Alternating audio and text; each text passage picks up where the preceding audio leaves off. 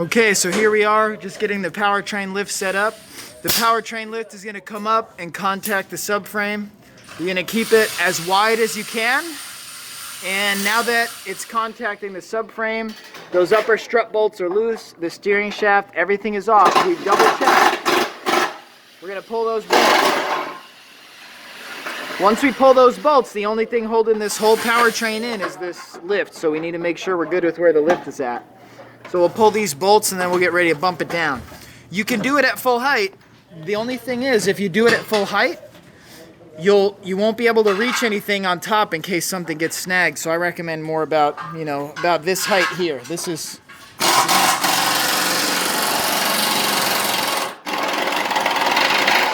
the height I would go for. You living the dream or what? No. Come on. All right. You got the back bolts out? All right, so we got a couple bolts to go.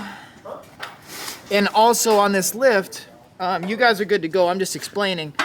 This right here will tilt the lift like this. And this right here, if we turn it, will tilt the lift like this.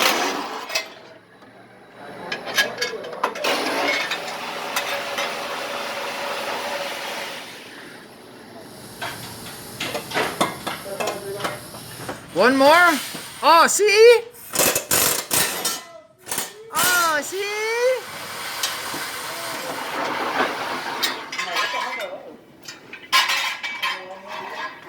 All right, so you guys want to stage yourselves where one person can watch one side, one person can watch the other, and one person's going to run the lift controls that's sitting in your filthy pile of coolant puddle mess down there. All right, so Dennis, you'll be on this side.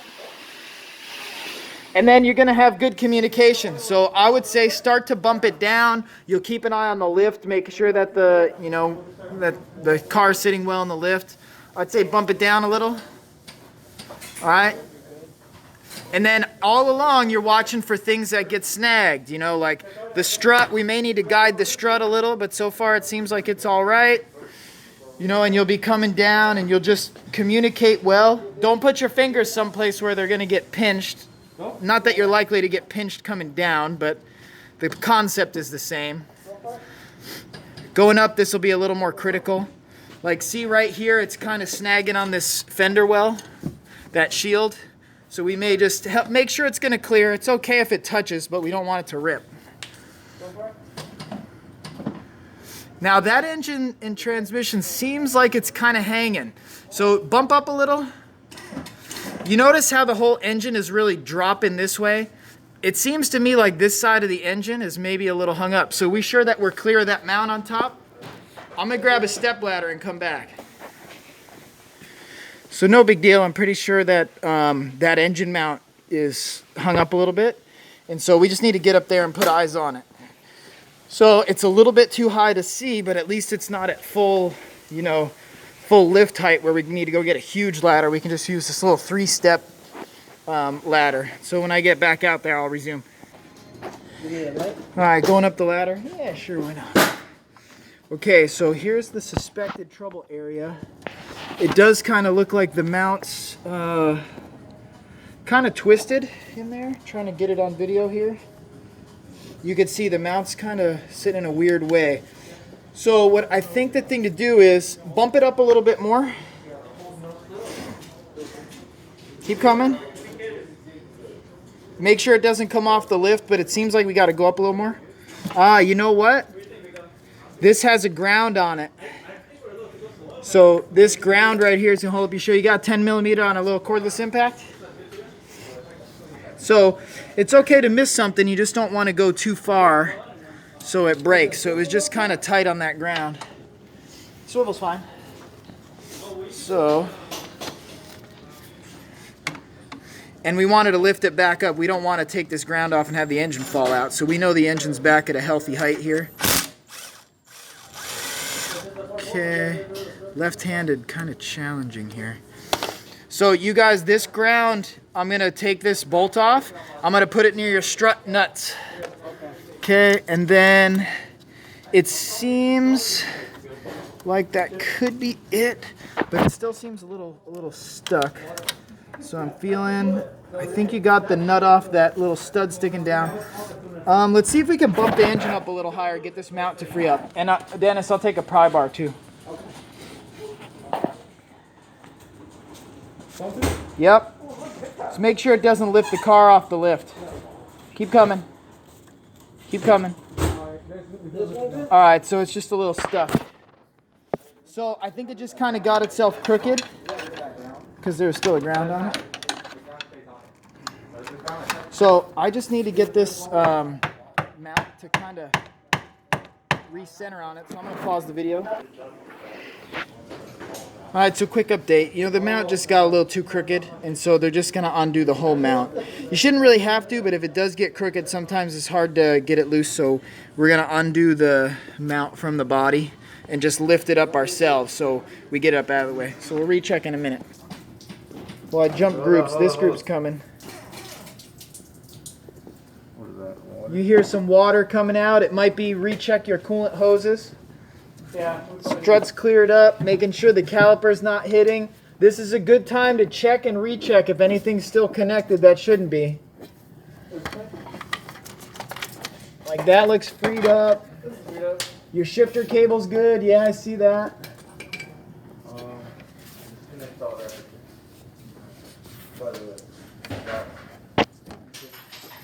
Is this coolant hose undone? It looks like you unbolted the thermostat housing, but it looks like the thermostat housing is wedged in here. See that? If you guys look, that thermostat housing didn't come free real easy. See how it's kind of like pinched up in there? So lift it up? Well, pry the thermostat housing out and try to shove it upward, because see, the engine's yanking it down right now. I wouldn't move the engine. I just get a pry bar and pry it out. Oh. But if you didn't see that, you ripped the hose in half, then somebody's got to pay for the hose. And I think it should be you. It's going to come out of your allowance. Somebody's paying for it. It shouldn't be the customer. Yeah, it's got to even turn on. Where's your... Well, I saw you drive it in. A little push. Go ahead. Make it happen. Trying to booby trap me.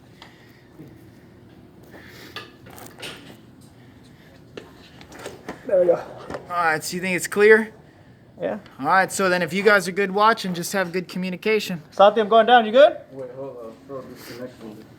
Why? It looks like that's okay. What's it connected to? It's on the engine, right? Engine hard? Yeah. Alright. So I think you're okay. We're lowering it. Ready? Yep, just a little bit at a time and keep checking, listening, using your eyes, using your ears. You got your fuel lines, right? Yeah. We're good. That's all lowered. You sure that line's disconnected? Right there. Yeah. That's all. Ah, okay. So we got that one. That one would have held you up. You got no juice or what? Don't you?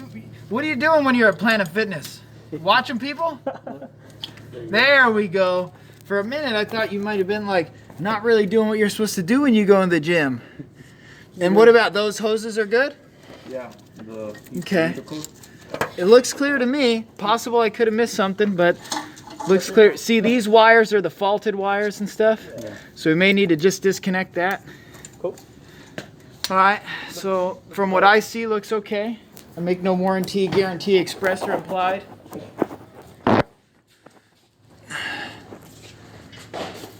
And that upper hose is good, right? Yeah. Positive. Yeah. Okay, I see that. Let's keep going then. What'd you say earlier? Vamonos? You going up? Yeah. I'm gonna hold your strut, so it's good to go up if you need to. Me too. Thank you. What you going up for? Oh, you're lifting the car. Okay, then you're good.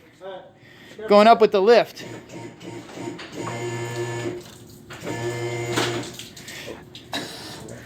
No, don't come back down. I just think it was the hose getting freed up. Hey, Santi, make sure the thermostat is good, huh?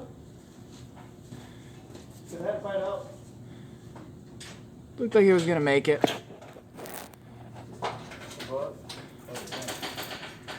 You taking a shower over there? Going up?